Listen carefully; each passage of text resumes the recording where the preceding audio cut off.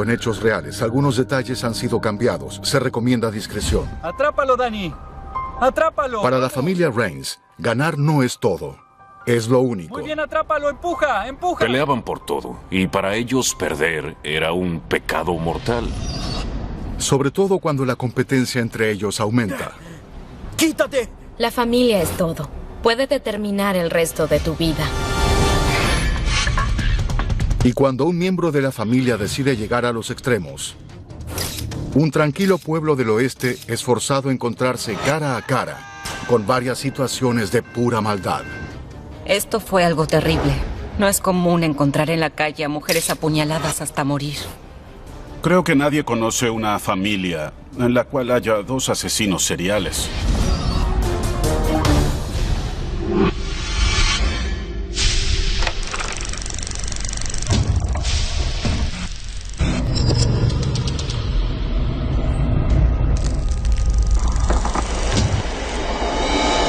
Parientes perversos. Kalamazoo, Michigan, viernes 29 de mayo de 1964, 6 p.m. Ha sido un día largo y agotador para el profesor de secundaria de 30 años, Gary Smoke. Gary Smoke estaba conduciendo por Michigan buscando un lugar para futuras convenciones de la iglesia para jóvenes.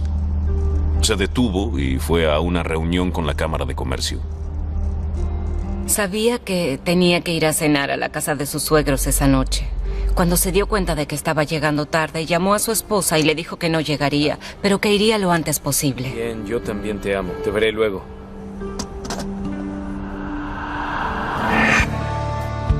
Luego de eso volvió a su auto, tomó el mapa andrajoso que le dieron en la Cámara de Comercio, encontró a dónde iba y tomó la carretera.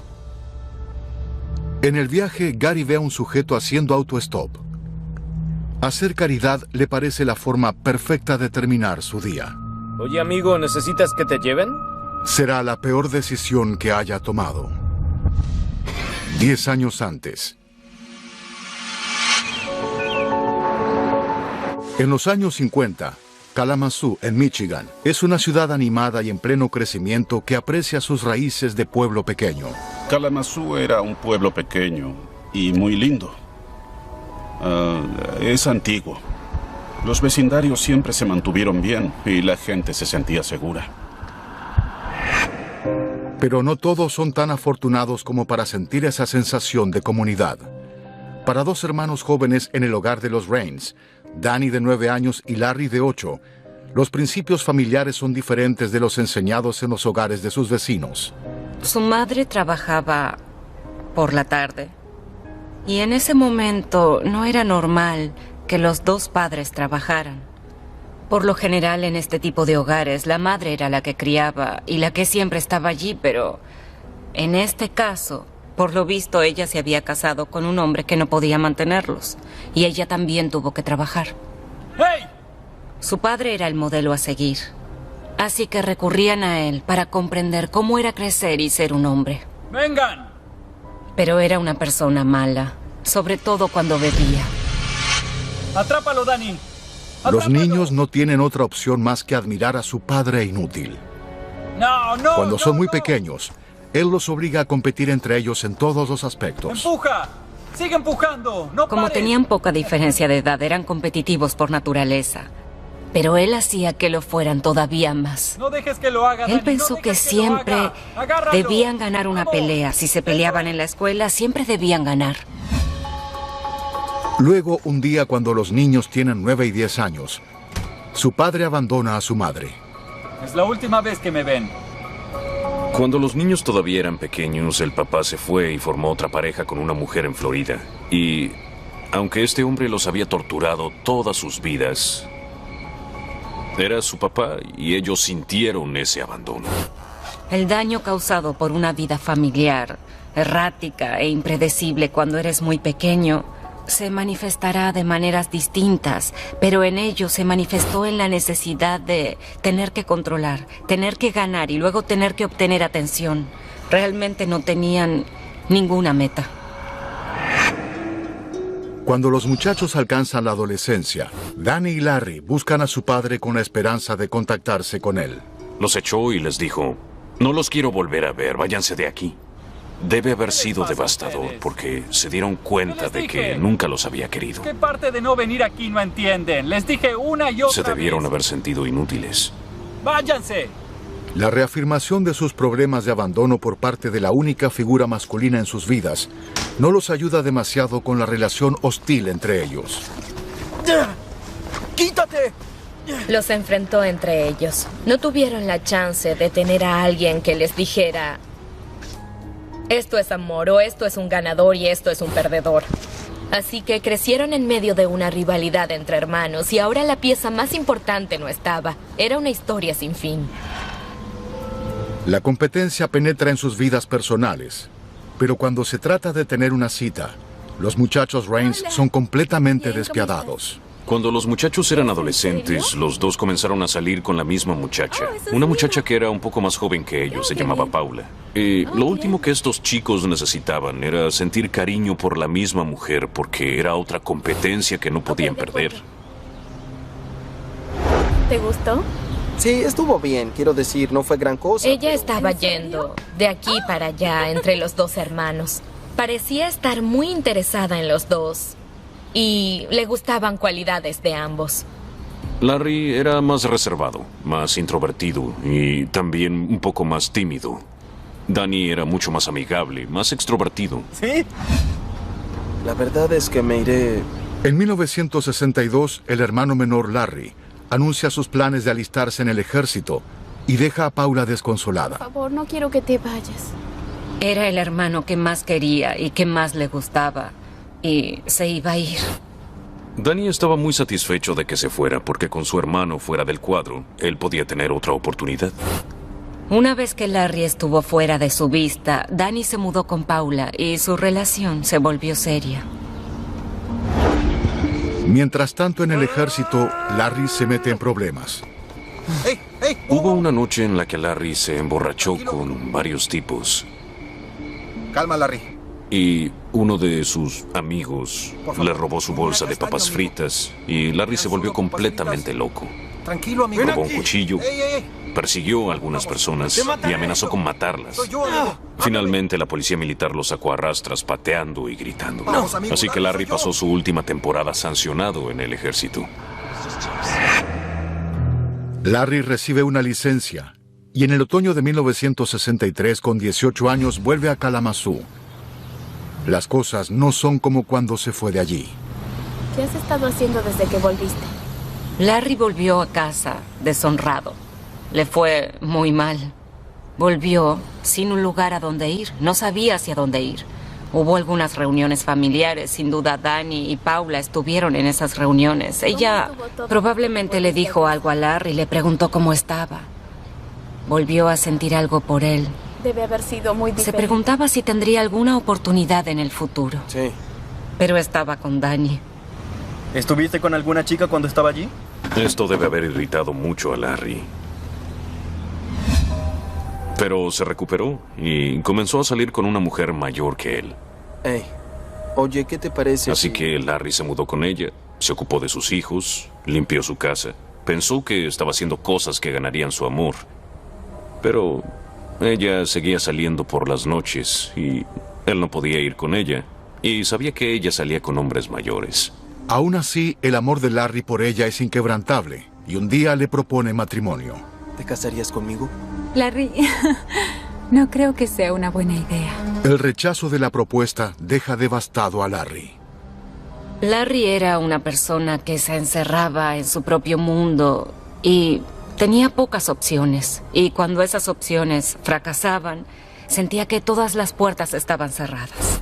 Así que no tenía ningún objetivo y decidió que era hora de terminar con todo. Estaba convencido de que todo había acabado y no quería hacer más nada con su vida. Kalamazoo, Michigan, 30 de mayo de 1964. Cuando el líder cristiano de la juventud, Gary Smoke, no llega a casa como se suponía que hiciera, su esposa sabe que algo no está bien. La mañana siguiente, la esposa de Gary Smoke se dirige a la estación de policía de Kalamazoo para hacer una denuncia de persona desaparecida. Hola. Mi esposo no volvió a casa anoche. La situación de la esposa de Gary era terrible. Estaba tan preocupada, tenía tanto miedo. Nunca tuvo que estar sola de noche sin su marido, que era un hombre tan bueno. No tenía idea de qué había pasado y qué estaba pasando. Mientras estaba haciendo la denuncia de persona desaparecida, recibieron una llamada de un policía que decía que había visto un auto abandonado al costado de la carretera. El policía vio manchas de sangre en el parachoques y en el asiento delantero vio papeles personales. Le dijo a los oficiales que lo iba a remolcar para poder investigar un poco mejor todo. Es un sedán negro del 59. Matrícula número... ¡Espere! La esposa de Gary oye los detalles perturbadores. Parece el auto de mi esposo. Seguro estaba muerta de miedo porque... ¿Por qué no estaba en el auto? ¿A dónde estaba? En pocas horas, los investigadores revisan el auto en busca de pruebas. La búsqueda fue muy precisa. Buscaron por todos lados del vehículo. Inmediatamente ellos encuentran algo horrible. Un cadáver. Dramatización. La víctima es identificada como Gary Smoke. Durante la autopsia de Gary se descubrió que le habían disparado en la cabeza debajo de la oreja con un arma calibre 22 y que lo habían matado. ¿Por qué alguien querría matar a su querido esposo? ¿Qué hace un asesino acechando en las sombras de Kalamazoo? Tenían a un asesino despiadado en sus manos y eso significaba que había un asesino despiadado entre ellos. La policía de Kalamazoo, Michigan, acaba de descubrir el cuerpo de Gary Smoke de 30 años en el maletero de su auto. Fue una escena tan repugnante que hasta a los policías más experimentados les dio asco ver eso. El despiadado acto hace que todo el pueblo se pregunte quién querría matar a un profesor de escuela. Sábado 30 de mayo de 1964. Los detectives comienzan la investigación reconstruyendo el último día de vida de Gary. Se enteraron de que estaba buscando un lugar en el pueblo para dar una conferencia de la iglesia. Había hablado con gente, había hecho lo que dijo que haría. La policía descubre que Gary llamó a su esposa cerca de las 6 de la tarde. Esa fue la última vez que alguien habló con él. ¿Qué sucedió después de las 6? Los investigadores necesitan obtener más pistas. Buscaban testigos, hablaban con las personas que vieron a Gary por última vez, hablaron con su esposa. Y el equipo que trabajaba en la escena del crimen encontró la huella de la palma de una mano. Y tenían esperanzas de que perteneciera a otra persona y no a Gary. Tal vez la huella pertenece al asesino de Gary. Es un pensamiento esperanzador, pero la policía no tiene idea de que hay más problemas por delante. Elkhart, Indiana, 30 de mayo de 1964. Ese mismo sábado por la mañana, mientras la esposa de Gary denuncia su desaparición, a 95 kilómetros un grupo de pescadores se dirige a un lago para pasar el día en Elkhart, Indiana. Hola. Se detuvieron en una estación de servicio y nadie los recibió para atenderlos. Hola. Entonces entraron y vieron que al empleado de la estación lo habían asesinado de un disparo. Estaba detrás del mostrador y encontraron que la caja registradora estaba abierta. Cuando los investigadores llegaron a la escena, identificaron que a Charles le habían disparado con un arma calibre 22 en la parte trasera de la cabeza y que faltaban $100 en la caja registradora, así que asumieron que había sido un robo. Colocan barreras para aislar el área. Cada auto y conductor son registrados cuando pasan por allí. Les advierten a todas las agencias cercanas que estén alertas, incluidos los oficiales en Kalamazoo, Michigan. Cuando los detectives miran la evidencia de cerca, se preguntan si el asesinato de Gary en Kalamazoo y el de Charles en Elkhart están vinculados. Tenían a alguien con un disparo de un arma calibre 22 en el maletero de un auto y también tenían a alguien a 95 kilómetros con un disparo de un arma calibre 22. El motivo del asesinato de Michigan parecía ser un robo y también sin duda era el motivo del asesinato de Indiana. Parecía que alguien había estado cometiendo una ola de asesinatos. Mientras los investigadores arman el rompecabezas, algunos detalles les recuerdan a un asesinato similar que sucedió 2 meses antes. 6 de abril de 1964, Battle Creek, Michigan. Vernon Levin, de 23 años, es un aviador de las Fuerzas Armadas en el centro de entrenamiento Fort Custer, a 22 kilómetros al este de Kalamazoo. Trabaja media jornada en una estación de servicio local para ganar un poco más de dinero. Había sido una de esas noches tranquilas en las que no hay mucho tránsito, así que esa noche había trabajado solo en la estación de servicio. Un segundo, por favor. Alguien entró en la estación de servicio. ¡Hey! Y le robó a Vernon. ¡Todo! Es todo lo que tengo. No, por favor, tienes tu dinero, por favor.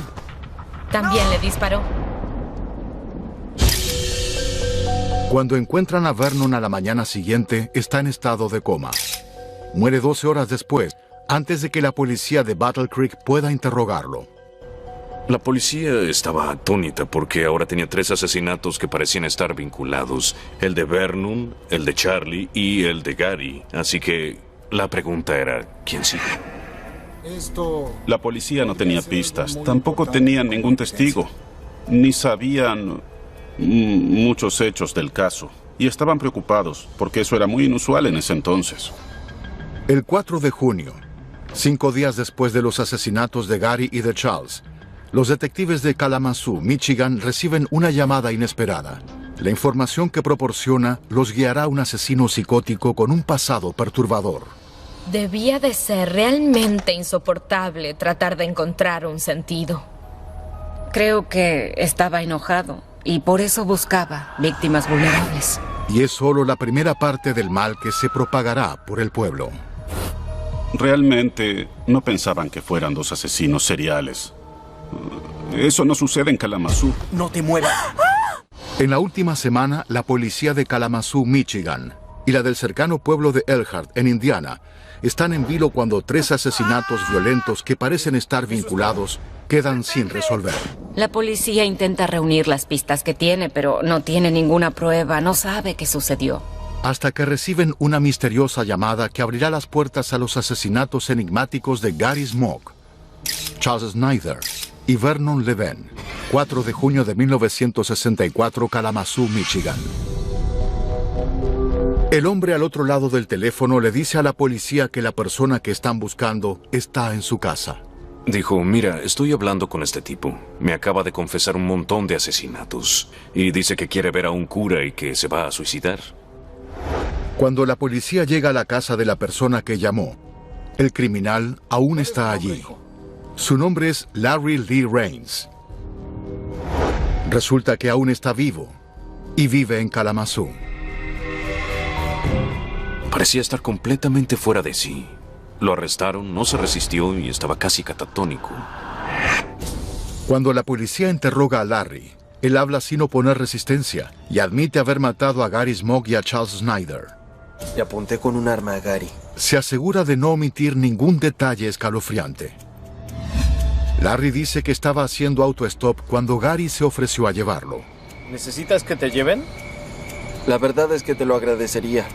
Sí, súbete. ¿A dónde vas? Apenas se subió al auto, le ordenó meterse en el maletero. ¡Ahora!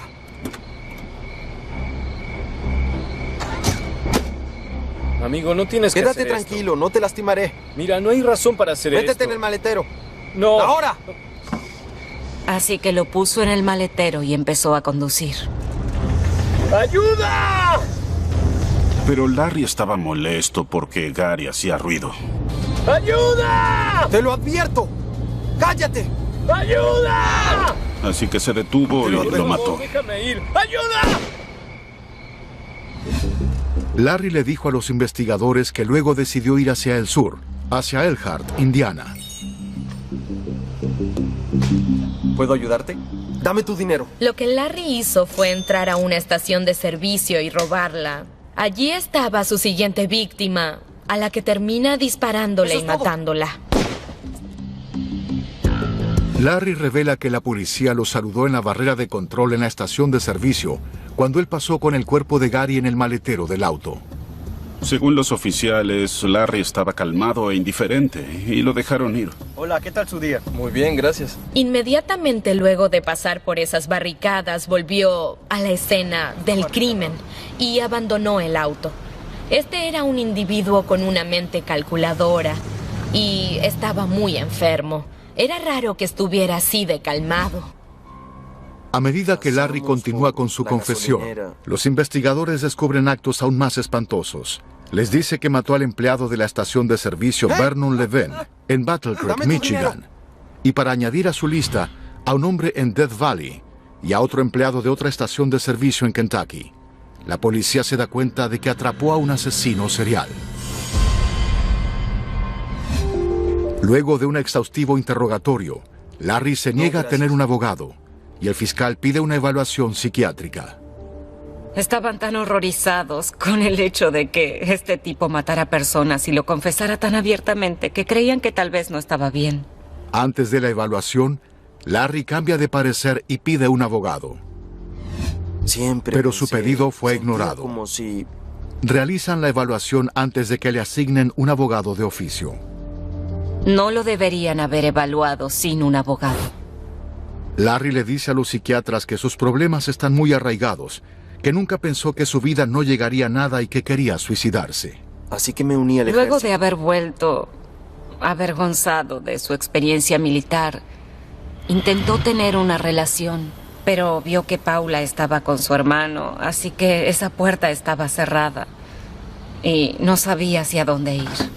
Le faltaba algo. Le faltaba la parte de la psiquis que hace que las personas sean humanas. Y eso era parte de su falta de autoestima. Y la única vez que le pidió matrimonio a una mujer, ella lo rechazó. Y eso lo hizo sentir tal vez muy inútil. Y lo dejó en una posición muy mala. Pero Larry no pudo terminar con su propia vida. Un policía de Michigan lo encontró. Terminó en el hospital por 2 semanas. Y se quejó de que nadie le prestaba atención a sus necesidades. Si lo hubieran hecho, tal vez no habría sucedido todo lo demás. Cuando le dan el alta en el hospital, Larry se niega a volver a su pueblo natal y decide deambular. Hace autostop desde Ohio hasta Nevada y regresa por Kentucky. Septiembre de 1964. Los detectives de Kalamazoo acusan a Larry Raines del asesinato de Gary Smoke y finalmente comienza el juicio. Se centran mayormente en cuestionar la cordura de Larry. En el juicio, el abogado de Larry le dice al jurado que Larry no estaba loco, pero que estaba loco cuando mató a Gary. Y la defensa encontró a un par de psicólogos que estaban dispuestos a declarar que Larry estaba temporalmente psicótico en el momento del asesinato. La defensa sostiene que debido a la naturaleza brutal de su padre, Larry en su mente estaba matando a su padre una y otra vez. Siempre fue muy abusivo. El jurado no le cree, y el 9 de octubre de 1964, Larry es condenado por el asesinato de Gary Smoke. Menos de 2 meses después lo sentencian a prisión perpetua. Cuando el amor de la infancia de Larry, Paula, que aún está en la escuela secundaria, se entera de su condena, queda devastada. Ella siguió el juicio. Su madre estuvo a su lado durante todo el camino de tristeza. En ese momento en particular, ella sabía que nunca volvería a ver a Larry. El viejo triángulo amoroso entre Paula, Larry Raines y su hermano Danny se terminó, ya que Larry está tras las rejas. Paula ahora se dedica completamente a Danny. Se mudó con ella. Ella aún estaba terminando la escuela secundaria cuando quedó embarazada y le propuso matrimonio. Pero los padres de ella no querían que se casaran. ¿Te casarías conmigo? Pero Danny era persistente y quería hacer lo correcto. Se quería casar con ella. Al principio, Paula no acepta la propuesta de Danny, pero finalmente se da por vencida. Sí. Parece que la naturaleza competitiva de los hermanos Raines no desapareció. En ese momento, Danny se sentía ganador. Se había quedado con la chica. Durante los años siguientes, Paula y Danny tienen 2 hijos, pero ella aún se encuentra fantaseando con su viejo amor, Larry. Le escribía cartas cuando estaba en prisión, él le respondía y Danny descubrió que se estaban escribiendo cartas de amor. ¿Qué es esto, Eso creó un distanciamiento en un matrimonio que ya era inestable y comenzaron a tener peleas terribles. Luego, una noche en 1967, sus peleas llegan a un punto crítico. Él y Paula discutían mucho y las cosas se salieron de control. En el sentido de que se volvieron violentas y fuertes. Él estaba muy molesto. Decidió irse de la casa y lo hizo.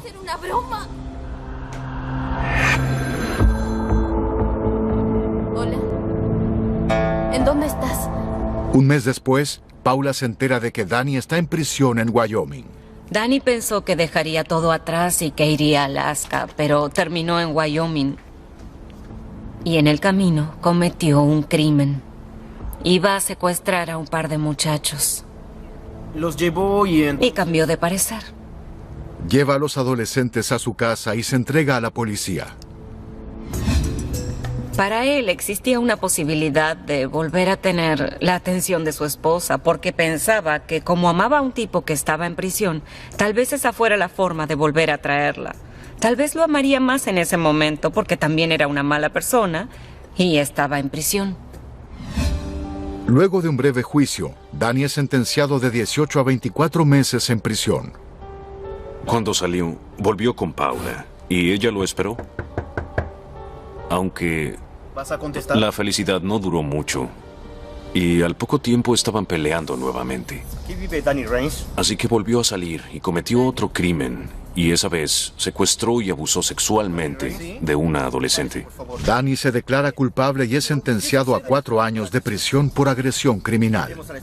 Danny, espera un momento. Durante ese tiempo, su esposa, que ya había tenido el tercer hijo, había pedido el divorcio. Así que él había perdido la vida que tenía y además había perdido su autoestima, si es que le quedaba algo. Muchas puertas estarían cerradas cuando saliera de prisión. Y justo cuando parece que la historia de Danny y Paula llega a su fin, un capítulo aún más extraño está por revelarse. 1971. 7 años luego de su sentencia, Larry Rains solicita una apelación y está esperando un nuevo juicio. A Larry le concedieron un nuevo juicio porque su evaluación psicológica se había realizado antes de que el abogado de oficio tuviera oportunidad de hablar con él. Así que Larry volvió a Kalamazoo para su nuevo juicio. Cuando Larry llega, permanece en la prisión a la espera de que su condena sea anulada. Los periódicos exageraron. Él era el infame asesino, estaba en los titulares de las primeras planas. Larry Rains vuelve al pueblo. Y eso tuvo que haber vuelto completamente loco a Danny. Por cuestiones del destino, 5 días después, Danny es liberado de prisión y también vuelve a Kalamazoo. Y cuando nuevamente comienzan a aparecer cadáveres, el pueblo es sacudido por un nuevo siniestro. Trabajé en 30 casos de asesinato. Y este fue el más espantoso que vi en mi vida. Dramatización. Con pocos días de diferencia, el infame asesino serial Larry Rains y su hermano ex convicto Danny vuelven a su pueblo natal Kalamazoo, en Michigan. Si alguien lo hubiera pensado, se habría dado cuenta de que era algo para inquietarse. Nadie está preparado para lo que sucederá pronto. Gracias por su ayuda. 18 de marzo de 1972, Kalamazoo, Michigan. Neil Houck llega al departamento de policía de Kalamazoo para denunciar a una persona desaparecida. Pasaron 8 horas desde que vio por última vez a Patricia, su esposa de 28 años, y a su pequeño hijo de 17 meses. Dijo que su esposa e hijo estaban desaparecidos. Ella salió a hacer compras y nunca volvió a casa. Y estaba frenético, se arrancaba el cabello porque sabía que algo malo había sucedido. La policía inmediatamente comenzó a buscar a Patricia por todos lados, pero no encontraban nada. Al día siguiente, la policía recibe una llamada. Una mujer encontró a un niño deambulando las calles cerca de una compañía local de elevadores. Encontré a un un niño pequeño cubierto de El sangre. bebé estaba cubierto de sangre. Estaba deambulando, caminando por allí. Esa mujer siguió al niño y encontró el cuerpo de una mujer que claramente había sido asesinada. Además, tuvo que ocuparse del niño pequeño.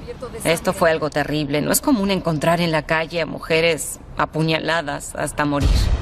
Empecé a correr y de repente... La policía llega rápidamente e investiga el cuerpo de la mujer detrás del edificio. La víctima es identificada como Patricia Houck y las autoridades descubren que falta su cartera. Lo primero que pensaron fue en un robo. Además, hubo un indicio de que pudo existir un componente sexual en el ataque y sabían que había sido vista por última vez el día anterior. Así que determinaron que lo que fuera que hubiera sucedido había pasado en un momento cercano a cuando salió de compras. Cuando la noticia llega a los periódicos, el pequeño pueblo está impactado por el asesinato. La gente estaba estupefacta. No lo creían. No podían creer que alguien haría algo así. Pero en ese momento nadie sabía nada. La policía investigó el asesinato de Patricia, pero no encontró sospechosos, ni pistas, ni nada. No tenía enemigos. No había motivos para que alguien la hubiera abordado de esa manera. Así que el caso quedó inconcluso por unos meses. 17 de julio de 1972, 9 a.m. Un grupo de motociclistas encuentra un auto abandonado a 19 kilómetros al norte de Kalamazoo. Cuando se acercaron a mirar mejor, vieron que habían cuerpos en descomposición dentro del vehículo. Más tarde ese día, las víctimas son identificadas como Linda Clark y Claudia Bidstrup, las dos de 19 años de edad. Habían denunciado su desaparición a la policía de Chicago. Así que cuando encontraron los cuerpos, el departamento del sheriff local tenía información de Chicago, de que habían ido desde esa área hacia Ann Arbor. Aunque sus autopsias no revelan la causa de su muerte, los detectives creen que los asesinatos pueden estar relacionados con el de Patricia Houck. Todas habían sido robadas. Los bolsos de Linda y de Claudia habían sido encontrados vacíos y habían sido atadas de manera muy similar. Lamentablemente, los cuerpos de Linda y de Claudia estaban muy descompuestos como para que los forenses determinaran si habían sido violadas. A medida que el número de cadáveres aumenta, el miedo en Kalamazoo llega a su punto máximo. En ese condado, cercano a esa fecha, había una familia que había sido asesinada. Y la policía se preguntaba si los asesinatos estaban vinculados. Sobre todo porque en Ann Arbor de repente tenían a un asesino serial que había estado atacando universitarias.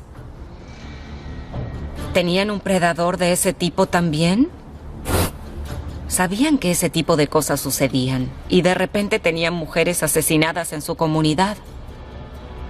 Y todo eso era muy extraño para ellos. ¿Qué había sucedido en los últimos 3 años? Las cosas no son así en Kalamazoo. ¿Estaba sucediendo algo más? Y el auto podría haber... Este era el tipo de crimen que la policía quiere resolver más que cualquier otro. El tipo de asesinato que obsesiona a los investigadores, pero saben que si no encuentran al asesino en los primeros días, puede que nunca lo atrapen. Sin pistas, sin evidencia real y sin asesino, los casos parecen no resolverse. En ese momento, para los investigadores, debía de ser realmente insoportable tratar de encontrar un sentido. A continuación, varios casos aparecieron a gran velocidad y con eso empezaron a empeorar las cosas. Al haberle dado notoriedad a Larry Raines en los periódicos, ¿habrá un asesino imitador suelto? Los detectives se lo preguntan, pero es una teoría que no pueden demostrar. No había bases de datos, no había internet, no había una unidad de perfiles conductuales en el FBI, no existía nada de eso. La policía estaba frustrada porque tenían asesinatos, pero ninguna pista. Todo cambia cuando la policía de Kalamazoo recibe un importante dato que apresura toda la investigación. Los investigadores suponían que todos esos asesinatos estaban vinculados. Él era un joven con problemas. Se metía en problemas todo el tiempo. Seguro, los niños simplemente no desaparecían. El comisario Gary McFadden conoce sus calles. Charlotte tiene un buen número de homicidios. Como detective, tu mayor rival es el tiempo. Y solo sus detectives Vamos a descubrir de quién era la sangre. pueden resolver los casos más escabrosos. Nunca había visto un crimen como este y no quiero ver otro igual. Departamento de Homicidio Charlotte. En Investigation Discovery. Pasaron más de 8 años desde que Larry Rains aterrorizó al pueblo de Kalamazoo, en Michigan. Y con Larry detrás de las rejas, la policía se enfrenta a la tarea de atrapar a otro asesino. Los detectives estaban frente a 2 asesinatos horribles. Estaban muy frustrados porque no tenían ninguna prueba real. Como 8 años atrás, reciben una llamada inesperada. Policía de Kalamazoo. 18 de marzo de 1972, Kalamazoo, Michigan. El joven del otro lado del teléfono le dice a la policía que sabe quién mató a Claudia Bidstrup y a Linda Clark. Gracias por su ayuda. Es un muchacho de 15 años llamado Brent Koster. El muchacho dijo que Brent le confesó lo que había hecho. Y la policía empezó a revisar las declaraciones. Luego de comparar mucha de la información con la evidencia que tenía la policía, interrogaron a Brent. Cuando Brent se sentó con la policía, admitió su participación en las violaciones y los brutales asesinatos, de los cuales declaró que solo había sido cómplice.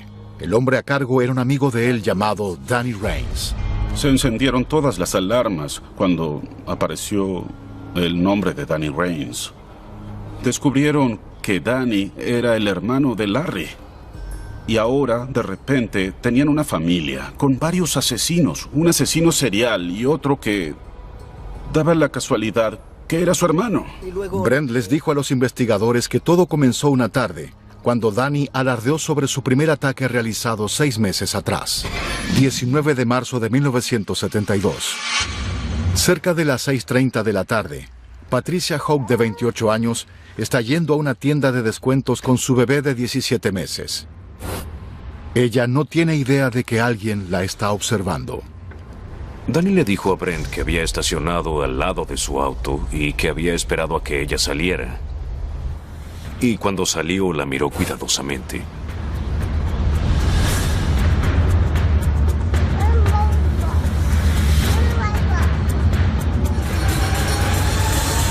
Y en ese momento Danny hizo su movida.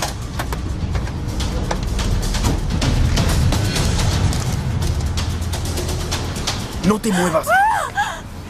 No, por favor, no, por favor. Patricia cayó en el asiento delantero de su auto No, deja. para alejarse del cuchillo y para ponerse entre el cuchillo y su hijo. ¡No, ayuda! ¡No, por favor! ¡Déjeme, suélteme! En ese momento intentó estrangularla, pero ella se defendió y arañó su cara y cayeron juntos al suelo del lado del acompañante de la furgoneta. Entonces Danny sacó un cuchillo y se lo clavó en la espalda. Pero ella se retorcía.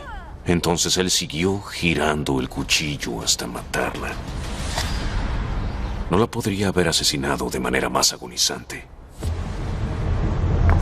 Danny carga a Patricia en su furgoneta, toma a su pequeño hijo y conduce a las afueras del pueblo, donde arroja su cuerpo. Brent le cuenta a la policía cómo Danny se vanagloriaba de cuán bien había funcionado el método. Me convenció Y le sugirió que hicieran algo similar juntos. y él trabajaba. Vio a este muchacho de 15 años que medía 1,98 m. Era un tipo grande. Era muy influenciable. Probablemente era fácil de manipular y Danny decidió que iba a hacerse cargo de él y que iba a tener un compañero para poder hablar sobre eso. Brent comenzó a pasar tiempo en la estación de servicio donde Danny estaba trabajando y fantaseaban sobre cómo hacerlo. 6 de julio de 1972. Eso creo. Probablemente esté oscuro cuando lleguemos. Linda Clark y Claudia Bidstrup estaban yendo a Ann Arbor y necesitaban gasolina. Entonces pararon en una estación de servicio, donde trabajaba Danny Rains. Brent, que lo estaba ayudando, abrió la tapa y comenzó a llenar el tanque. Y Danny salió y mientras estaba debajo del capó hizo de cuenta que controlaba el aceite, pero desconectó una de las bujías y volvió a cerrar el capó. Cuando Brent terminó de llenar el tanque, las muchachas arrancaron el auto, pero no arrancó bien. Nunca escuché eso. No suena... Fingiendo estar preocupado por el sonido, Danny les dice a las jóvenes que lleven su auto a la parte trasera del estacionamiento. Lo llevaron a la parte trasera de la cochera donde estaba oscuro y... en ese momento, Brent y Danny sacaron sus cuchillos y les dijeron: oigan, no griten y no les haremos daño. Y luego uno violaba a una de las muchachas mientras el otro vigilaba. Y después cambiaban. Brent les dice a los investigadores que a las pocas horas las jóvenes son asesinadas. Las ponen en su auto y las tiran cerca del río Kalamazoo. A partir de su confesión, Brent es arrestado y detenido en un centro para menores. 4 de septiembre de 1972. Varias horas después, la policía encuentra a Danny en su casa. No sé de qué están hablando. Se niega a admitir cualquiera de los asesinatos. Aún así es arrestado y acusado de violación y asesinato de 3 mujeres. En las siguientes 6 semanas, Brent se reúne con su abogado y le ofrece un trato a cambio de cooperación total. Dijo que les tenía que confesar un asesinato más, el de Pamela Fiernow, que estaba haciendo autostop en el campus de la Universidad de Michigan. En ese momento su caso era de persona desaparecida. No se sabía que también había sido asesinada. Como Brent cooperó, lo acusaron de menos cargos, solo un cargo de asesinato en segundo grado. Aunque Brent ayuda a la fiscalía, es sentenciado a prisión perpetua, pero solo por el asesinato de Linda Clark. Trabajé en muchos casos de homicidio, pero este quedó grabado en mi mente y quedará grabado para siempre, porque fue horroroso. Fue una tragedia que no debió suceder. Mientras tanto, Danny Rains continúa declarándose inocente, pero 2 jurados distintos no piensan así. Al principio fue enjuiciado por el asesinato de Patricia Hawk y fue sentenciado. En un segundo juicio fue acusado del asesinato de Pamela Fiernow y fue sentenciado nuevamente. Danny luego cambia su declaración por el doble asesinato de Linda Clark y de Claudia Bistrup y recibe 2 cadenas perpetuas más. A esta altura, Danny Rains se volvió tan infame como su hermano Larry, que aún está en prisión en Kalamazoo esperando su nuevo juicio. Durante ese tiempo, Larry se dio cuenta de que su defensa por enajenación mental era débil. Así que dijo la verdad y se declaró culpable por el asesinato de Gary, y fue sentenciado nuevamente a cadena perpetua. Para Larry y Danny Rains, la rivalidad entre hermanos los llevó a un camino oscuro y malvado que nadie podría haber esperado. Creo que nadie conoce una familia en la cual haya 2 asesinos seriales. Y no solo era eso, en la cual haya asesinos seriales que matan solos en distintos momentos y con años de diferencia, que usan métodos diferentes. El resultado es el mismo, pero el propósito es completamente diferente. Finalmente, ninguno de los hermanos pudo superar su necesidad desesperada de ser el ganador. Creo que muchas de las cosas que le sucedieron fueron porque venían de una familia inestable, con un padre abusivo, que además era alcohólico, así que su vida familiar era impredecible. Los 2 tenían una mentalidad de víctimas.